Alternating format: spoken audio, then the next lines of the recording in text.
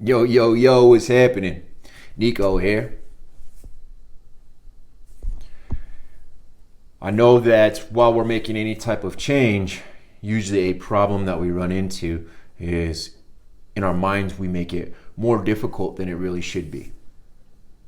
I don't know if you've had that problem when you're trying to make a significant change in your life. It might be a diet, it might be cutting out a substance or a person from your life. We make these things really large in our heads. This problem for me is really what produces a lot of the negative outcomes that I've experienced in life. I didn't know how to deal with certain events or certain people. I didn't know how to deal with certain thoughts that went through my head. I would build them up so much that they would just become unbearable. And so I would turn to alcohol, drugs, something to make my mind stop. Here's what I've learned. Those type of situations are going to come regardless. We don't really have too much control over them. We can influence them, but life is going to happen. There are going to be problems. It's how we deal with these problems. And one of the ways that I've learned to not magnify the problems is by to inflict my own type of problems on myself. Let me give you an example. I know that there's going to be some sort of problem that comes within the next 6 months.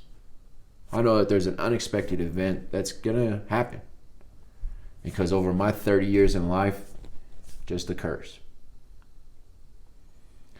What I do is I train myself to be ready for those moments.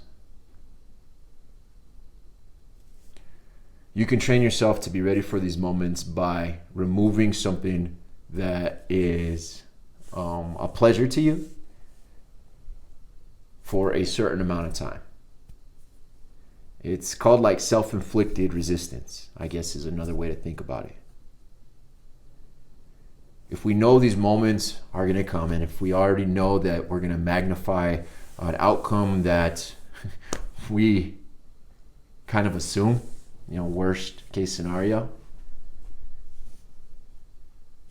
I found that by prepping myself during times that they weren't around, I was way more prepared and way more controlled during the moments that life came swinging.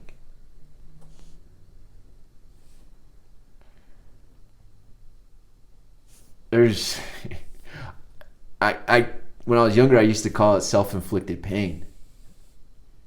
But I don't want you to think about it that way because it's kind of negative. It's really building resilience for yourself.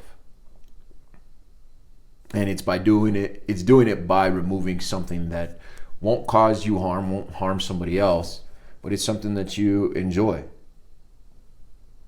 Some people might enjoy sleeping in. So one way to inflict that, get up early. 2 hours earlier than your normal time that your body wakes up. That's one way to do it. Some people like to stay up at night.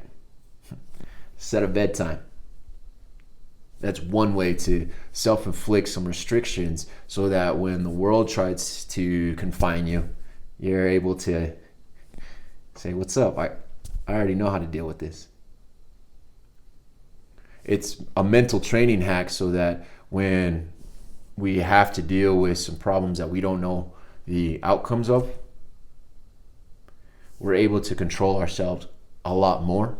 And by controlling ourselves and our thoughts, we can get to the best outcome most efficiently. Try it out for 3 days. Try it out for 10 days. Maybe remove the video games. Replace that with some sort of productive time. Maybe it's removing sodas. I don't know what it is that you truly get satisfaction out of that isn't harmful to you or someone else. But take it away from yourself and watch how you grow.